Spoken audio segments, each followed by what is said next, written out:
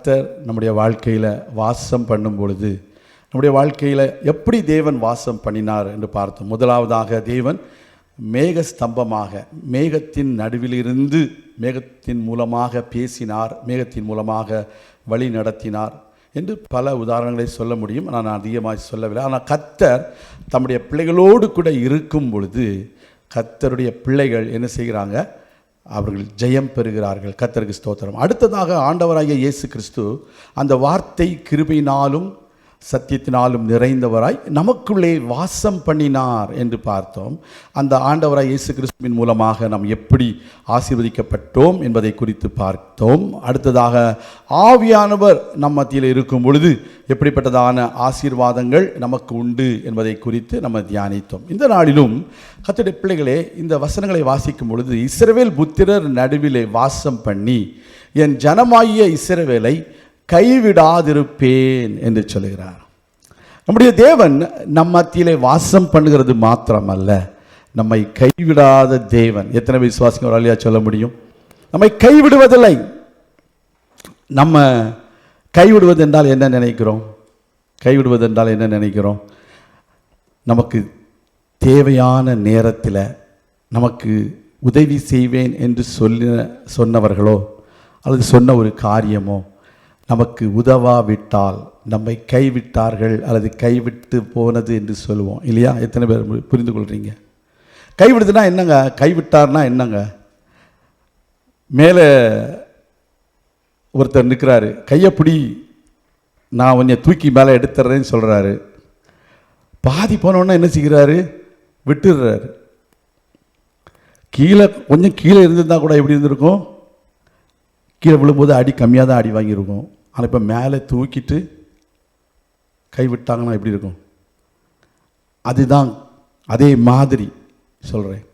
இதே மாதிரி பல இடத்துல சொல்ல இங்கிலீஷில் வாசிக்கும் பொழுது I will not forsake my people Israel என்று சொல்லப்படுது. I will not forsake. forsake என்றதான பதம் ஆங்கிலத்தில் பல அர்த்தங்களில் சொல்லப்படுகிறது. அதே மாதிரி ஒரு அர்த்தம் இருக்குது. இன்னொரு வேர்டு என்ன தெரியுமா? abandon. நான் அந்த வர்ஷிப்பில் இருக்குன்னு சொல்லிட்டேன். இந்த ரெண்டு வார்த்தைக்கும் சில வார்த்தைகள் அர்த்தம் வித்தியாசப்படும். ஓகே, கைவிடுவது என்று சொன்னால் என்ன? ஒரு தற்காலிகமாக கைவிடுவது தான். ஆனால் abandon என்னாச்சு? அப்படியே விட்டுட்டு போகிறது. ஃபார் எக்ஸாம்பிள், ஒரு கார் போயிட்டுருக்குது. அந்த கார் நடு ரோட்டில் நின்றுடுச்சு. அப்போ என்ன ஆகும்? நம்ம என்ன செய்வோம்? இந்த காரை தள்ளிட்டு வீட்டுக்கு கொண்டு போகிறத விட நடு ரோட்டில் விட்டுட்டு போயிட்டோன்னு வச்சுக்கோங்க. போலீஸை கூப்பிடல, யாருக்குமே சொல்லலை, கார் எங்கே இருக்குது? நடு ரோட்டில். That is abandoned. You left it self alone. You deserted. You don't care for anymore. அப்படிப்பட்டதான ஒரு சூழ்நிலை. நம்ம அப்படி செய்கிறதில்ல. சொல்லுகிறேன், ஒரு உதாரணம் சொல்லுகிறேன். ஸோ அப்படியாக தேவன் விடுகிறவர் அல்ல. விசுவாசிங்க ஒரு ஆளியா சொல்லுங்க. ஒவ்வொரு மனுஷனுடைய வாழ்க்கையிலும் தேவன் கைவிட்ட நேரங்கள் இருக்கு. சரிங்களா? உதாரணமாக சொல்ல போனா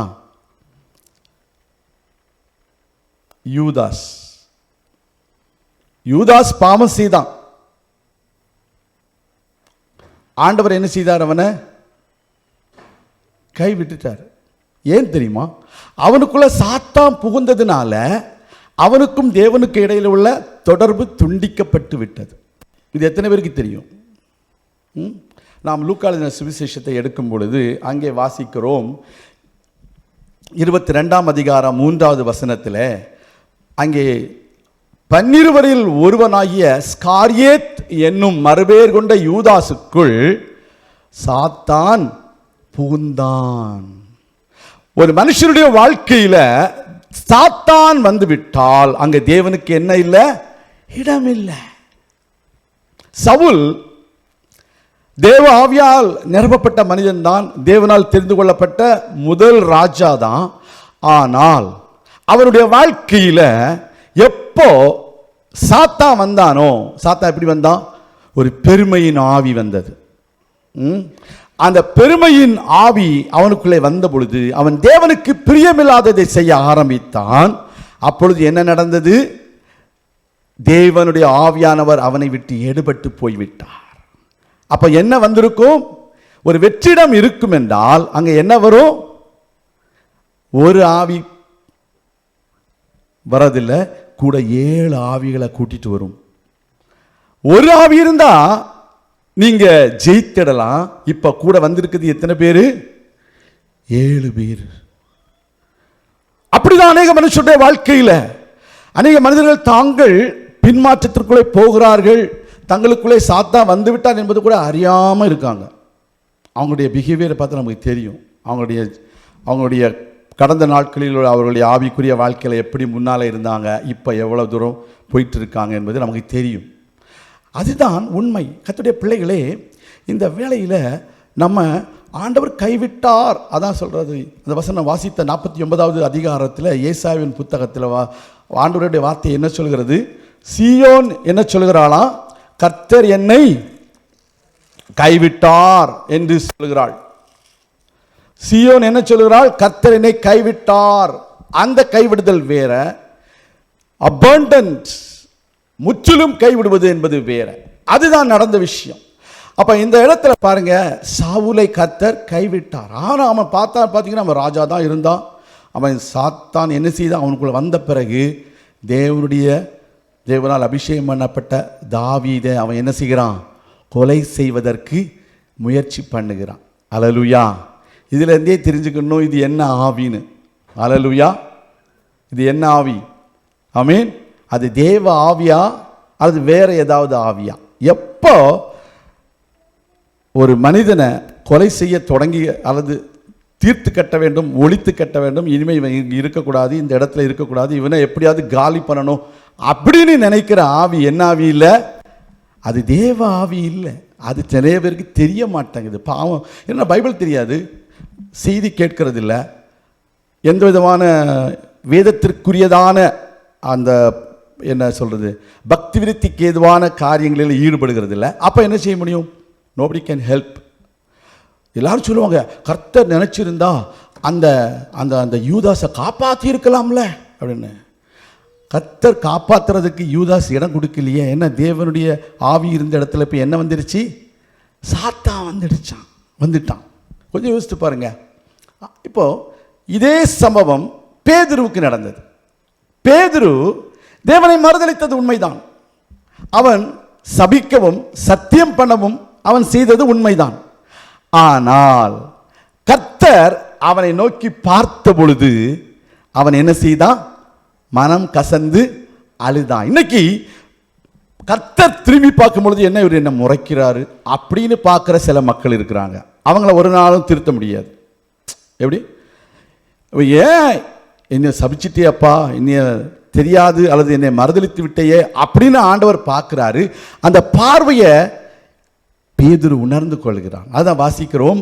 மத்தேயு எழுதின சுவிசேஷம் 26ஆம் அதிகாரம் 75வது வசனம். அதே அந்த வசனத்தில் பார்க்கும் பொழுது அவன் மனம் கசந்து அழுதான் என்று பார்க்கிறோம். பாருங்க, என்னை நீ 3 தரம் மறுதலிப்பா என்று இயேசு தன்னிடத்தில் சொன்ன வசனத்தை நினைத்து கொண்டு அவன் வெளியே போய் மனம் கசந்து அழுதான். பாவ உணர்வு அடைகிறான். ஆண்டவருடைய பார்வையை அவன் பார்த்த பொழுது அவன் பாவ உணர்வு அடைகிறான். இந்த உலகத்தில் இன்றைக்கு பாவ உணர்வு அடையாத மக்கள் இருக்காங்க. அவங்க ஒரு நாளும் என்ன செய்ய மாட்டாங்க? இந்த திரும்பி வரமாட்டாங்க. காரணம், 2வது மகனை பற்றி நம்ம பார்க்கிறோம். யார் இந்த 2வது மகன்? லூக்கா 15வது அதிகாரத்தில் வாசிக்கிற இளைய குமாரன். அந்த இளைய குமாரன் என்ன செய்கிறான்? தகப்பனை விட்டு தூரமாய் போய்விடுகிறான். தேவனை, அது தன்னுடைய தகப்பனை மகன் கைவிடுகிறான். இதில் மகன் கைவிட்டு தூரமாய் போய்விட்ட பின்பு அவன் என்ன செய்கிறான்? தன்னுடைய சொத்து சுகங்கள் எல்லாவற்றையும் அவன் ஊதாரித்தனமாக அவன் செலவு பண்ணிவிட்டு அவன் திரும்பி உணர்வடைந்தவனாக வருகிறான். அங்கே தகப்பன் அந்த மகனை ஏற்றுக்கொள்கிறதை நாம் பார்க்கிறோம். ஹல்லேலூயா. அப்போ 2 வித்தியாசமான சூழ்நிலைகளை உங்களுக்கு நான் அறிமுகமாக அல்லது முகவுரையாக சொல்லியிருக்கிறேன். அப்போ ஒரு மனுஷனுடைய வாழ்க்கையில் தேவன் எப்போ கைவிடுகிறார், எப்பொழுது அவனை மறந்து விடுகிறார் என்பதை குறித்து நம்ம அறிந்திருக்கிறோம். அப்போ இந்த 2 சூழ்நிலையையும் நம்ம அறிந்து கொள்ள வேண்டும். ஆண்டவராகிய இயேசு கிறிஸ்து சிலுவையில் தொங்கும் பொழுது சொன்ன ஒரு வார்த்தையை நாம் சங்கீதம் 22:1 வாசிக்கிறோம். நாம் 22:1 சங்கீதத்தை வாசிக்கும் பொழுது ஆண்டவருடைய வார்த்தை சொல்லுது, என் தேவனே என் தேவனே ஏன் என்னை கைவிட்டீர், எனக்கு ரட்சியாமலும். தப்பா, ஸ்தோத்திரம். சரியான வசனத்தை வாசிப்போம். சங்கீதம் 22 வசனம். எனக்கு உதவி செய்யாமலும் நான் கதறி சொல்லும் வார்த்தைகளை கேளாமலும் ஏன் தூரமாயிருக்கிறீர். ஹல்லேலூயா. எனக்கு உதவி செய்யாத ஒரு தேவன் என்று சொல்லுகிறான். அது யார்? சங்கீதக்காரன். ஆனால் இது இயேசு கிறிஸ்துவுக்கு அவர் தீர்க்க தரிசனமாக சொன்னது. எனக்கு உதவி செய்யாமலும் நான் கதறி சொல்லும் வார்த்தைகளை கேளாமலும் ஏன் தூரமாயிருக்கிறீர். அப்ப இந்த வாழ்க்கையில தேவன் தூரமாக இருக்கிற நேரம்தான் நம்மை கைவிடுகிற நேரம். நாம் கதறி சொல்கிறதான வார்த்தைகள் கேளாமல் போகிற நேரம்தான் தூரமாக இருக்கிற நேரம். சிஸ்டர், அவங்களுக்கு இங்கிலீஷ் தமிழ் புரியுமா? She doesn't. அப்படி சொல்லலாம். Okay, thank you sister. So, here the word of God says about the prophecy of Jesus Christ hanging on the cross of Calvary. My God, why have you forsaken me? Why are you so far from helping me and from the words of my groaning? There are times we feel like our Lord God is far from us. He is not helping us. But we need to understand we have a God who will never forsake us. Amen. He will always be with us and he will always be kind to us. That is what we read.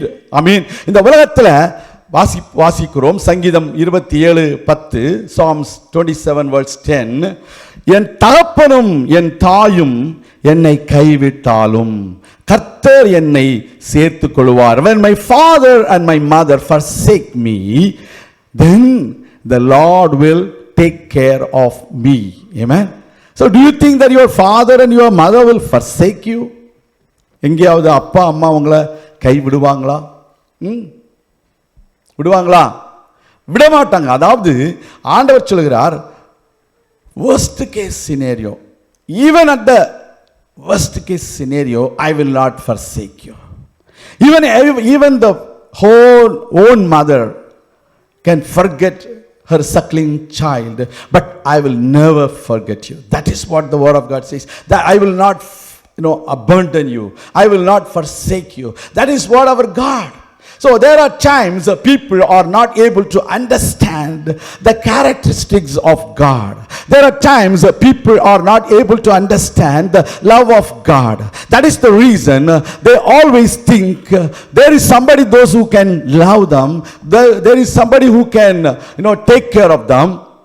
No, it is not true, because only God can take care of you and only God can always comfort you. கர்த்தருடைய நாமம் மகிமைப்படுவதாக. இன்னொரு வசனத்தை வாசிக்கிறோம். சங்கீதம் 37:25, Psalm 37:25, நான் இளைஞனாயிருந்தேன், முதிர் வயது உள்ளவனும் ஆனேன், ஆனாலும் நீதிமான் கைவிடப்பட்டதையும் அவன் சந்ததி அப்பத்துக்கு இறந்து திரிகிறதையும் நான் காணவில்லை. நான் இளைஞனாயிருந்தேன், நான் முதிர் வயது உள்ளவனானேன். This is the Psalm of David when he was a bit old. That's what it is written. I have been young and now I am old, yet I have not seen the righteous forsaken, nor his descendants begging bread. So this is what our Lord God promises today. He will never forsake you and he will never abandon you. Even the own father and mother can forsake you. நம்முடைய வாழ்க்கையில எல்லா சூழ்நிலையிலும் நம்ம ஆண்டவரை நம்ம மறந்து போகக்கூடாது. நாம் ஆண்டவரை பின்பற்ற வேண்டும். அப்ப நம்ம அநேக வழியில ஆண்டவரை விட்டு போய் விடுகிறோம். ஆமீன். நம்ம போகிறோமா? நம்ம ஆண்டவரை விட்டு போகிறோமா? போகாதவங்கெல்லாம் ஒரு ஆளியா சொல்லுங்க. ஆமீன். போகாதவங்க. ஆமீன். அநேக வழியில் நம்மலாம் போக தான் செய்கிறோம், இல்லைன்னு சொல்லலை. உதாரணமாக சொன்னப்போ நான் ஆண்டோடைய வார்த்தை சொல்கிறது, நீங்கள் அவரை விட்டீர்களாயில் அவர் உங்களை விட்டு விடுவார். நம்ம அவரை விட்டு விடக்கூடாது, அதுதான் வேதம் சொல்லுது. If you leave him, he will leave you. That is what happened in the life of the second son. He left the father. He didn't come back for a certain time. This is what the prophecy about King Asa in 2 Chronicles chapter 15:2. அதாவது 2 நாளாகமம் 15ஆம் அதிகாரம் 2வது வசனத்தில் அங்கே ஆசாவுக்கு அசரியா என்றதான ஒரு தீர்க்கதரிசி வந்து சொல்லுகிறான், நீங்க அவரை விட்டால் அவர் உங்களை விட்டு விடுவார் என்று சொல்லி. இதுதான் புதிய ஏற்பாட்டில் நடந்தது. யூதாஸ் ஆண்டவரை விட்டு போய்விட்டான், சாத்தானுக்கு இடம் கொடுத்தான். அங்கே என்ன நடந்தது? ஆண்டவர் அவனை விட்டு விட்டார். ஹல்லேலூயா. பேதுரு திரும்பி வந்தான். அவனுடைய வாழ்க்கையில என்ன நடந்தது? ஆண்டவர் அவனை பெரிய அப்போஸ்தலராக எடுத்து பயன்படுத்தினார். ஹல்லேலூயா. எத்தனை விசுவாசிக்கிறீங்க? இதை அறிந்தவங்க உங்க வாழ்க்கையிலும் என்னுடைய வாழ்க்கையிலும் நம்ம இன்றைக்கு எப்படி இருக்கிறோம் என்பது முக்கியம். நம்ம ஆண்டவரை விட்டு விட்டு போகிறோமா, அல்லது ஆண்டவர் நம்மை விடும்படிக்கு நம்ம நடந்து கொள்ளுகிறோமா? ஆண்டவர் நம்மை விடுபடி, சவுல் அப்படிதான் நடந்து கொண்டான். ஆண்டவர் நம்மை விட்டு போகும்படிக்கு அந்த சவுல் நடந்து கொண்டான். கர்த்தருடைய பிள்ளைகளே, எனவே நாம் சில கர்த்தருடைய குணாதிசயங்களை நாம் அறிந்து கொள்ள வேண்டும். ஆண்டவருடைய குணம் என்ன தெரியுமா?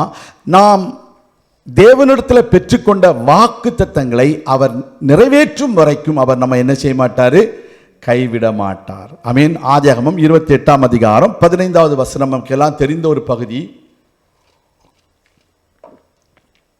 வாசிப்போம். ஆதியாகமம், Genesis chapter 28 verse 15. நான் உன்னோடே இருந்து நீ போகிற இடத்திலெல்லாம் உன்னை காத்து இந்த தேசத்துக்கு உன்னை திரும்பி வர பண்ணுவேன். நான் உனக்கு சொன்னதை செய்யும் அளவும் உன்னை கைவிடுவதில்லை என்றார். ஒரு கரங்களை தட்டி ஒரு அல்லேலூயா சொல்லுவோமா? இந்த வாக்கு தத்தத்தை விசுவாசிக்கிற ஒரு அல்லேலூயா சொல்லுங்க. கர்த்தருடைய பிள்ளைகளே, கர்த்தர் உங்கள் வாழ்க்கையில் சொன்ன ஒவ்வொரு வாக்கு தத்தத்தையும் அவர் நிறைவேற்றும் அளவும் அவர் உங்களை கைவிட மாட்டார். ஹல்லேலூயா. இந்த யாக்கோபுடைய வாழ்க்கையில நடந்த அநேக துன்பங்கள் நமக்கு தெரியும். தன்னுடைய ஜீவனுக்காக அவன் தப்பி மாமன் வீட்டுக்கு போகிறான். அங்கே மாமா வீட்டில் இருக்கும் பொழுது அநேக துன்பங்கள் இழைக்கப்படுகின்றது, அநியாயமாக நடத்தப்படுகிறான். அந்த வேளையில எல்லாமே அவனுக்கு பிரதிகூலமாக நடந்தாலும் அவன் தேவனுடைய வார்த்தையை அவன் விசுவாசித்தான். ஸ்தோத்திரம். எனவேதான் 21வது வசனம், இதே 28ஆம் அதிகாரம் 21வது வசனம், என்னை என் தகப்பன் வீட்டுக்கு சமாதானத்தோடு திரும்ப வர பண்ணுவாரானால் கர்த்தர் எனக்கு தேவனாயிருப்பார் என்று சொல்லி ஒரு பொருத்தனை பண்ணி அந்த இடத்துல என்ன செய்கிறான்? தூணாக ஒரு கல்லை நிறுத்துகிறான். அவன் தேவனுக்கு ஆராதனை செய்வேன் என்று சொல்லி பொருத்தனை பண்ணுகிறான். தசமபாகம் செலுத்துவேன் என்று அவன் பொருத்தனை பண்ணுகிறதை நாம் பார்க்கிறோம். இந்த வேளையில கர்த்தருடைய பிள்ளைகளை அறிந்து கொள்ள வேண்டும். இந்த யாக்கோபுக்கு பல இன்னல்கள் அங்கே நடந்தது. அந்த யாக்கோபு தன்னுடைய மாமா அவன் மூலமாக அநேக இன்னல்களுக்குள்ளே போகிறான். 10 முறை அவனுடைய சம்பளம் மாற்றப்படுகிறது. அவனுக்கு சொல்லப்பட்டதான காரியங்கள் சரியான முறையில் கொடுக்கப்படவில்லை. மனைவி முதலாக ஏமாற்றப்படுகிறான், அநியாயம் இழைக்கப்படுகிறது. ஆனாலும் கூட கர்த்தர் கூட இருந்தார். ஹல்லேலூயா. உங்க வாழ்க்கையில ஆண்டவர் உங்களுடைய விசுவாச பிரயாணத்தில் உங்களோடு கூட இருக்கிறார். உங்களுக்கு எவ்வளவுதான் இன்னல்கள் இழைக்கப்படட்டும், அநியாயம் இழைக்கப்படட்டும், உங்களை ஏமாற்றலாம், என்ன வேண்டுமானாலும் மனிதர்கள் செய்யலாம். ஆனால் கர்த்தர் தான் சொன்ன வார்த்தையை நிறைவேற்றும் அளவும் உங்களை கைவிட மாட்டார். விசுவாசிக்கிறீங்களா? அல்லேலூயா சொல்லுங்க. இன்றைக்கு ஆண்டவர் யாரோடு கூட பேசிக் கொண்டிருக்கிறார். கர்த்தருடைய பிள்ளைகளே, கர்த்தர் உங்களை ஒரு நாளும் கைவிட மாட்டார். நீங்கள் ஏமாற்றப்பட்ட இடத்தில, உங்கள் தலை குனிந்த இடத்தில, உங்கள் தலை நிமிர்ந்து செய்கிற ஒரு தேவன் உங்களோடு இருக்கிறார். உங்களுடைய வாழ்க்கையில உங்களுக்கு என்னென்ன இன்னல்கள் இழைக்கப்பட்டதோ எங்கும் போக முடியாது. வீட்டுக்கு திரும்பி வந்தா அண்ணனாகிய ஏசா தம்பிக்கு விரோதமாக எழும்புவானோ என்ற ஒரு பயம் இருந்தது. ஆனால் அந்த ஏசா கூட தன்னுடைய தம்பியை பார்த்த உடனடியாக ஓடி வந்து அணைத்துக் கொள்கிறான். in the life of Jacob, he was deceived by his own father-in-law so many times, and his salary was changed 10 times in 14 years. Still the Lord was faithful and he didn't forsake Jacob, even though his own brother Esau was against his own brother. But the Lord changed his mind, and when he came back to Esau, they both embraced together and they glorified the name of the Lord. Hallelujah. அனுபவிச்சவங்களாம் ஒரு அல்லேலூயா சொல்லுங்க. Hallelujah. நம்மெல்லாம் உணர்வுள்ள கிறிஸ்தவங்களா இருக்கணும். ஒரு அல்லேலூயா சொல்லுங்க. ஆமென். அந்த வார்த்தையை கேட்கும் பொழுது நமக்குள்ள உணர்வு வரணும். அதுதான் அதனுடைய அர்த்தம். ஹல்லேலூயா. எப்படி அந்த வார்த்தை ஆண்டவருடைய வார்த்தை அது வருகிறது பாருங்க.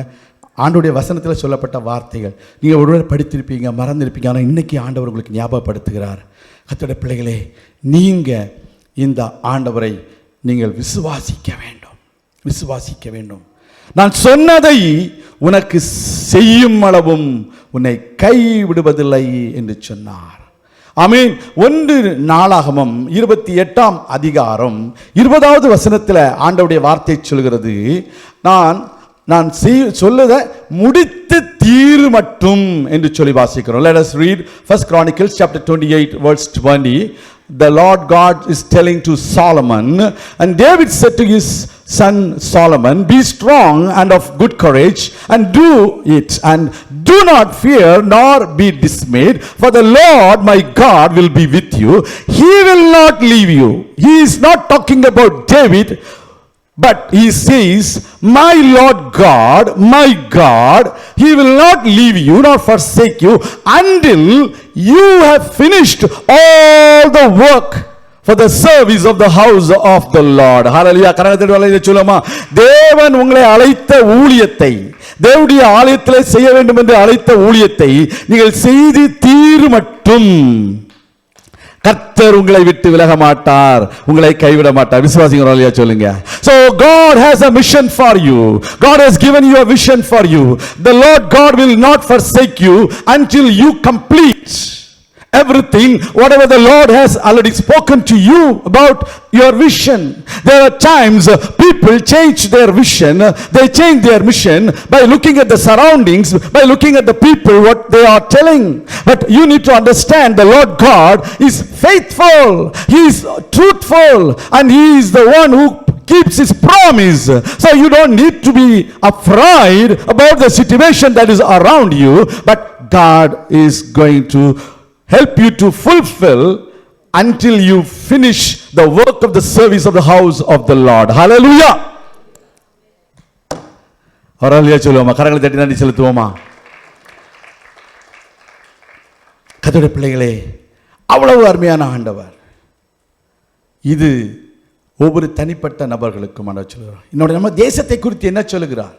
நம்முடைய தேசத்தை குறித்து சொல்லும் பொழுது நாம் வாசிக்கிறோம் ஐசையா சாப்டர் 62 verse 12.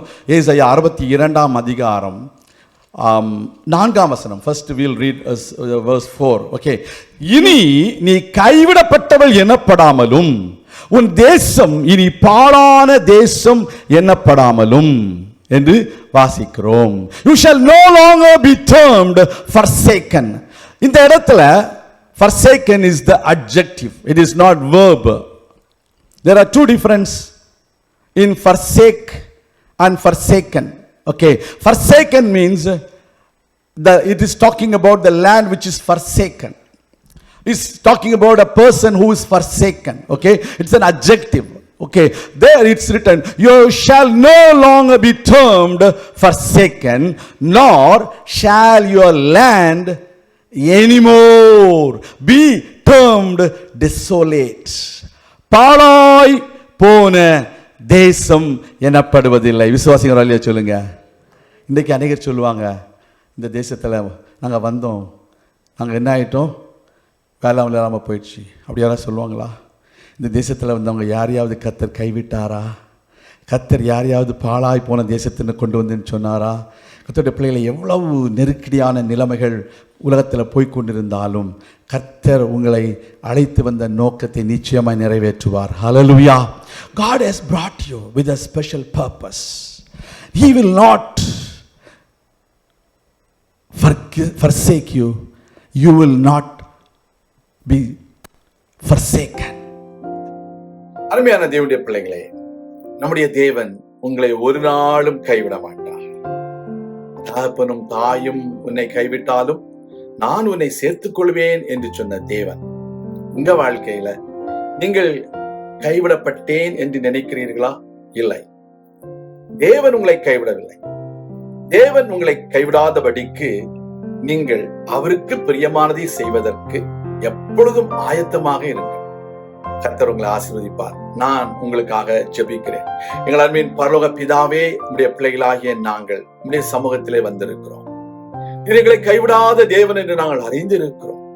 உம்முடைய வார்த்தையின்படி நீதிமான் கைவிடப்பட்டதையும் அவன் பிள்ளைகள் இறந்து திரிந்ததையும் நான் காணவில்லை என்று சங்கீதக்காரன் சொன்னது போல, உடைய பிள்ளைகளாகிய நாங்கள் நீதிமான்களாய் இருக்கும் பொழுது எங்களை ஒரு நாளும் கைவிட மாட்டீர் என்று விசுவாசித்து உமக்கு நன்றி செலுத்துவோம். இந்த வேளையிலும் உடைய பிள்ளைகளை ஆசீர்வதியும், அநேகருக்கு ஆசீர்வாதமாக வையும். இயேசு கிறிஸ்துவின் நாமத்தில் ஜெபிக்கிறோம் எங்கள் நல்ல பிதாவே, ஆமேன். கர்த்தர் தாமே ஆசீர்வதிப்பாராக. ஆமேன்.